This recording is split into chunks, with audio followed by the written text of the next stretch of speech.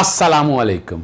मोहम्मद अज़हर सिद्दीक अपने programme political diaries के साथ हाजिर खिदमत है। 30 जनवरी 2022 बरोज़ बुध आप ये प्रोग्राम देख रहे होंगे। लाहौर हाई कोर्ट भी पैमरा की इम्प्लीमेंटेशन के हवाले से केस लगा हुआ है और इस्लामाबाद हाई कोर्ट में भी एक दरख्वास्त दी है पीका के हवाले से। अब इन दोनों कवानीन की पाकिस्तान में बहुत ज़रूरत हो गई है। 5th जनरेशन वॉर और 6th जनरेशन वॉरफेयर अब खुल के आप लोगों के सामने आ गया है।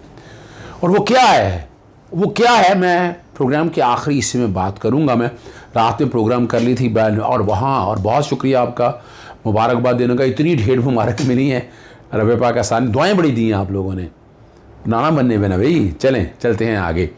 तहरीक अदम एतमाद पर ना इमरान खान साहब ने अपना पार्टी डायरेक्शंस इशू कर दी हैं। आर्टिकल 63A के 63A भी शेयर कर रहा हूँ आपको, उसके मुताबिक इशू किए हैं। और उन्होंने जब अपना जिस दिन तहरीक अदम एतमाद पेश होगी ना, उस दिन असम्बली के इजलास में जाने से रोक दिया। और इनफरादी तौर पर हर साल की हैं, ख़ात्मे हुक्म दिया। ये मैं आपको पहले कह रहा था कि ये डेक्लेरेशन जानी है। तहरीक अदम एतमाद के रोज़ कोई भी रुकन इजलास में शिरकत ना आए, ठीक है ना जी। और बहस के दौरान जो पाकिस्तान तहरीक इंसाफ है उसके नामज़द जो है पार्लिमानी अरकान बात करेंगे। और ख़त में ये भी वाज़ा किया गया है लाजिम है कि इन हदायत पर सही मानों में अमल करें और आइन के आर्टिकल 63 को जहन में रखें। कोई भी रुकन पार्टी की हदायत की खिलाफ वर्जी ना करे या तहरीक अदम से मुतल्लिक़ किसी और पार्लिमानी पार्टी ओब्लिक ग्रुप के साथ किसी किस्म का तावन करे।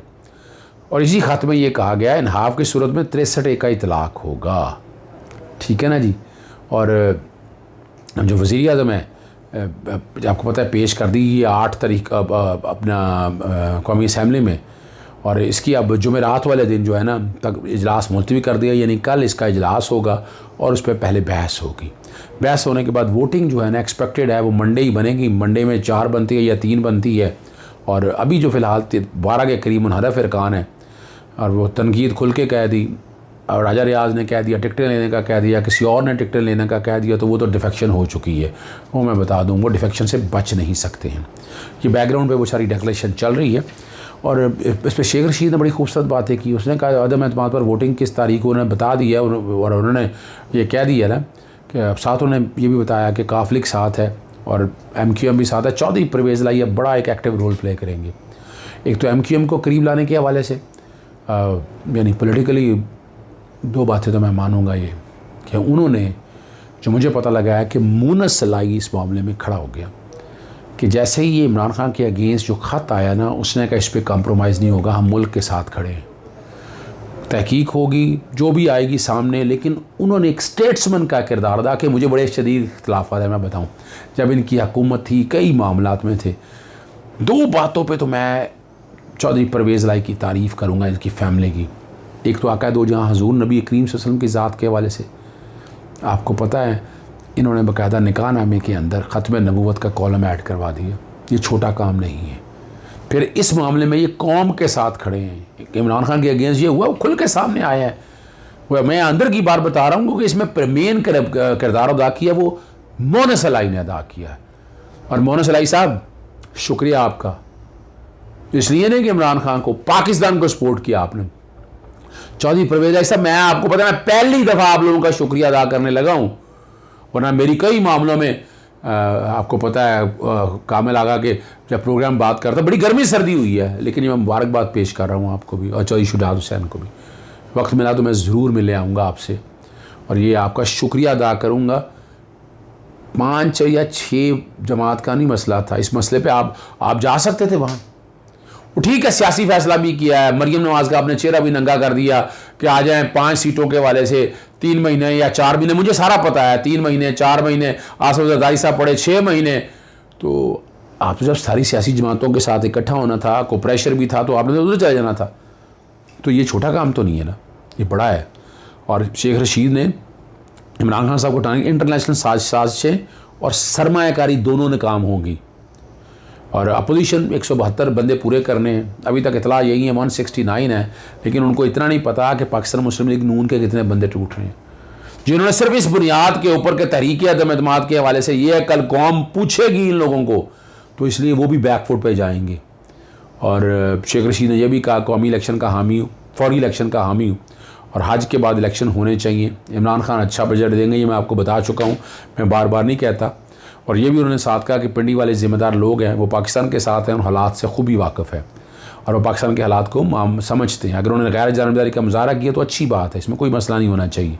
हम हर चीज़ पिंडी पर डाल देते हैं तो अच्छी बात नहीं है। चौधरी में बगावत की खबरें जो हैं गलत, उन्होंने इसको भी नेगेट कर दिया है।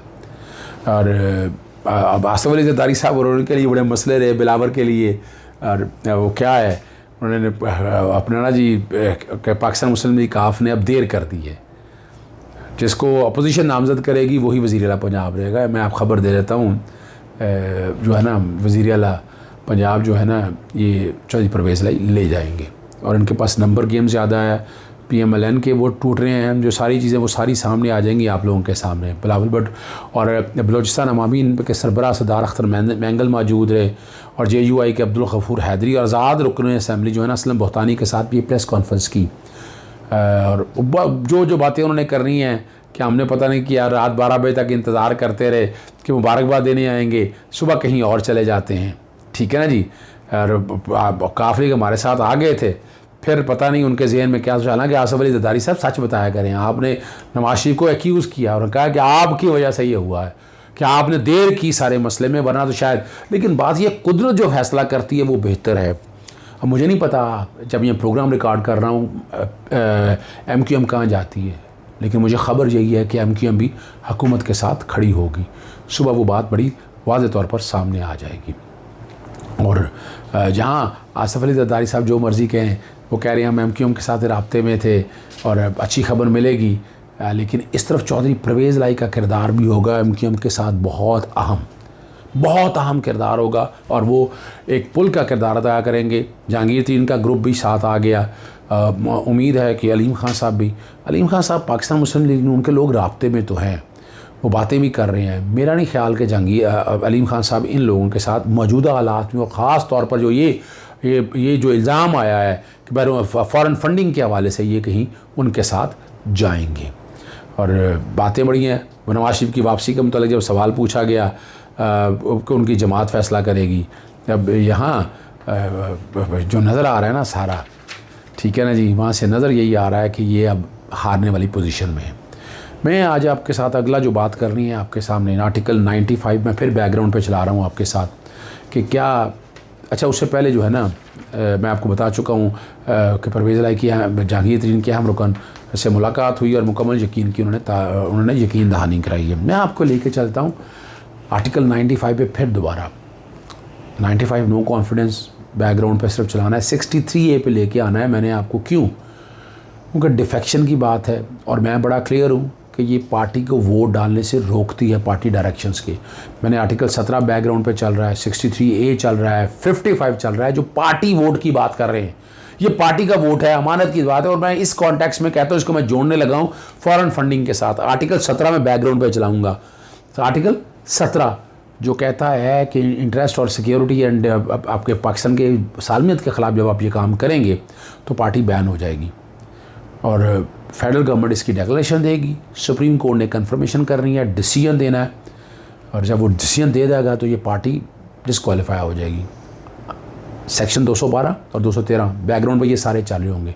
इलेक्शन एक्ट के तहत क्या होगा कि वो पार्टी जो है डिसक्वालीफाई हो जाएगी, और जो मेंबर्स हैं, जो जितने भी मेंबर्स हैं, उनकी रिमेनिंग सर्विस के लिए फ़ारग हो जाएंगे। ये मैंने आपको इसलिए क्लियर किया था कि आप लोगों को समझ आ सके कानून क्या है। ये है कॉन्स्टिट्यूशनल रेमेडी। वैसे 124A सेडिशन, बगावत, बैकग्राउंड, उम्र कैद की सज़ा है। बाहर के लोगों से पैसा लेके डेमोक्रेटिक इलेक्टेड गवर्नमेंट को अब जब डिसेबल करने जाएंगे, वो एक एजेंडे के साथ लेके जाएंगे जिस ख़त का जिक्र है, और उस ख़त को सामने अगर रख कर आप देखें तो ये तो फॉरेन फंडिंग पार्टी ये हो जाएंगी नहीं। इसलिए कानून बता दिया है, इनके खिलाफ सेडिशन का मुकदमा आएगा, और ऑफिशियल सीक्रेट एक्ट 1923 है। अब मैं एक दफ़ा देख लूँ, ज़्यादा अच्छा होता है ताकि मैं बता सकूँ। ऑफिशियल सीक्रेट एक्ट जी 1923 है। पूरी प्रोविजंस मैंने सारी आपके सामने बता दी हैं। गलत डॉक्यूमेंट क्या करना, इसमें ख़ास तौर पर अहमद मीर और नजम सेठी मैंने बता चुका हूँ कि वो उन दोनों ने जो है इस दोनों कवानीन की खिलाफ वर्जी की है। मुकदमा दर्ज करते हैं या नहीं दर्ज करते, आपको पता सिंध हाउस में जब ये लोग गए थे तो मैंने उस वक्त कहा था FIA मुकदमा बनाना चाहे तो मुकदमा बन सकता है, और पता मुकदमा क्या बने, और वहाँ FIA की इंक्वायरी की होती है, ये सारा कुछ सामने आ जाना था, तो ये मुकदमा भी दर्ज हो सकता है। यही तारीख में मैं आपको लेके जाऊँगा मेमो गेट में। मेमो गेट का मैं ऑर्डर आपके सामने पढ़ने लगा हूँ। ये है ऑर्डर 12 जून 2012 का, और बेंच जो हेड कर रहा था इफ्तिखार चौधरी साहब, जस्टिस मियाँ शाकिर जान, जस्टिस जवाद ख्वाजा, खिलजी आरम हुसैन जज थे, तारक परवेज़ थे, आसफ सईद खान खोसा जज थे, अमीर अली मुस्लिम थे, इजाज़ अहमद चौधरी और शेख हसबत सईद। जो कॉन्स्टिट्यूशन पटिशन थी, वतन पार्टी, तारक मियाँ मोहम्मद नवाज शरीफ जो यूनिफॉर्म पहन के आए थे, सेंटर इसहाक डार भी थे, इकबाल जफर झगड़ा भी थे, कादर बलोच भी था, और राजा मोहम्मद फ़ारूक हैदर भी थे, सईद गौस अली शाह, और ये वो सारे लोग थे जो PMLN के लोग थे। और इसके अंदर जब वो सारी बातों को सामने रख के हुसैन हक्कानी का नाम भी आ गया। इसकी इंक्वायरी बनाने के लिए जो कमीशन बनाया गया, जस्टिस काजी फ़ाइज़ चेयरमैन थे, जस्टिस इकबाल हमीद मेंबर थे, जस्टिस मशीर आलम जो यानी 3 हाई कोर्टों के जो है ना चीफ जस्टिस का ये बना था, और राजा जवाद अब्बास हसन जो है ना वो इसके सेक्रेटरी बने थे। और उसमें रिपोर्ट के बाद क्या था कि रिपोर्ट पेश करनी है, और उसमें CD सारी डिटेलों को सामने रखते, और फाइनल कंक्लूजन एंड फाइंडिंग, ठीक है जी। और सील कवर में आ गया, और उन्होंने इसके बाद कह दिया कि जब अपना जी जहाँ जो कह दिए कि साबित हो गया, मैं पढ़ने लगा, it has been incontrovertibly established that memorandum was authentic and Mr. Haqqani was the originator and architect of the memorandum. Mr. Haqqani sought American help. He has also wanted to create a niche for himself, making himself forever indispensable to the Americans. He lost sight of the fact that he is a Pakistani citizen and Pakistan ambassador to the United States of America, and therefore his loyalty could only be to Pakistan. ये मैं सारी report के relevant पढ़ रहा हूँ। Mr. Haqqani, by offering his service as a part of a proposed national security team to a foreign government, voicing the great fears in Pakistani nuclear assets are now legitimate targets, and thus seeking to bring Pakistan nuclear assets under a more verifiable, transparent regime, stating that ISI maintains relation to the Taliban and offering to eliminate Section S of the ISI and to help pigeonhole the forces lined up against your interest, created fissures in the body politic and were act of disloyalty to the Pakistan that controverted the constitution. ये background पे मैं सारा चला रहा हूँ आपको, और यहाँ कोर्ट ने बड़ा कह दिया ये सारा as the remaining sealed envelope containing document noted above same are ordered to be kept in the safe custody of the registrar, and any of the firm and any of them shall be opened if need be during the proceeding of the case. और ultimately supreme court ने memo guess का case जो है ना वो wrap up कर दिया था, और इसमें आज तक हुसैन हक्कानी नहीं आया। ये बैकग्राउंड पे मैं ये भी चला रहा हूँ, बताने का मकसद क्या आपको।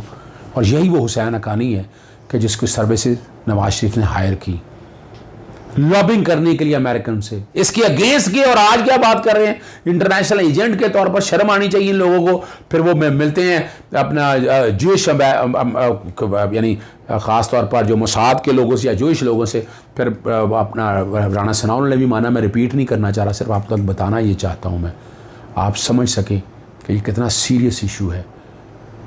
और इसकी इंक्वायरी वैसे कह दिया है, खाद दिखाने के लिए तैयार है इमरान खान चीज़ पाकिस्तान को।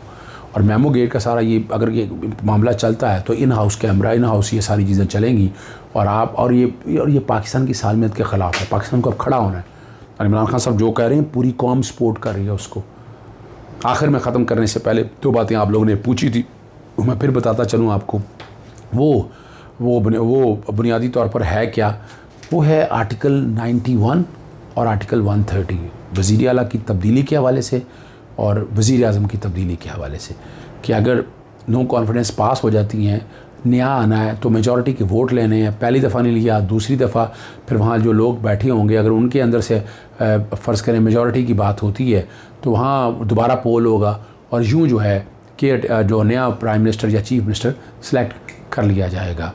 और बड़ी मज़ेदार बात है, अब देखें अदालतों को कैसे कहते हैं। जाम करीम ने एक नई दरख्वास्त दायर कर दी और तमाम दरख्वास्तें मुस्तरद कर दी। इकबाल कलोड़ों की सरह 2 रुकनी बेंच ने फ़ैसला किया कि 20 रोज़ की इस्तदा की थी मंजूर करने की, और नाम ECL में शामिल किया करना कोई अपना कहा कि कोई ठीक नहीं है, और ख़ारिज करने का हुक्म दिया जाए, और अपना NIL लिस्ट में शामिल करने के फ़ैसले को कलअदम करार दिया जाए। ECL कमेटी की जानिब से दरख्वास्त गुज़ार का नाम ECL में शामिल करने के फ़ैसले को मुअत्तल किया जाए। गवर्नर सिंध के प्रिंसिपल सेक्रेटरी की जानिब से दरख्वास्त गुज़ार का नाम अपना NIL लिस्ट में शामिल करने का अमल मुअत्तल किया जाए। नाज़िम जोशी केस में जो आपको पता है गिरफ़्तार करने का ही उन्होंने हुक्म का 25 मार्च को 10 रोज़ के लिए फांसी ज़मानत अदालत ने मंजूर की थी। अदालत का 3 अप्रैल तक का कि ज़मानत मंजूर हो चुकी है, वो फ़ैसला ताहाल बरकरार है। इस फ़ैसले की मौजूदगी तक दरख्वास्त के खिलाफ किसी किस्म की हुकूमती इक़दाम की कानूनी हैसियत नहीं है। हिफाजती ज़मानत इसी तासर के तहत मंजूर की गई ताकि दरख्वास्त गुज़ार मुल्क वापस आना चाहता है। जहाँ तक NIL में लिस्ट में नाम है वो रहेगा, और वो उनके लिए वो मसाइल लेंगे, लेकिन ये दौरान निज़ाम आप लोग पूछते हैं, मैं कुछ नहीं कह सकता। आपको इजाज़त चाहूँगा। अस्सलाम वालेकुम, अल्लाह हाफ़िज़, पाकिस्तान ज़िंदाबाद।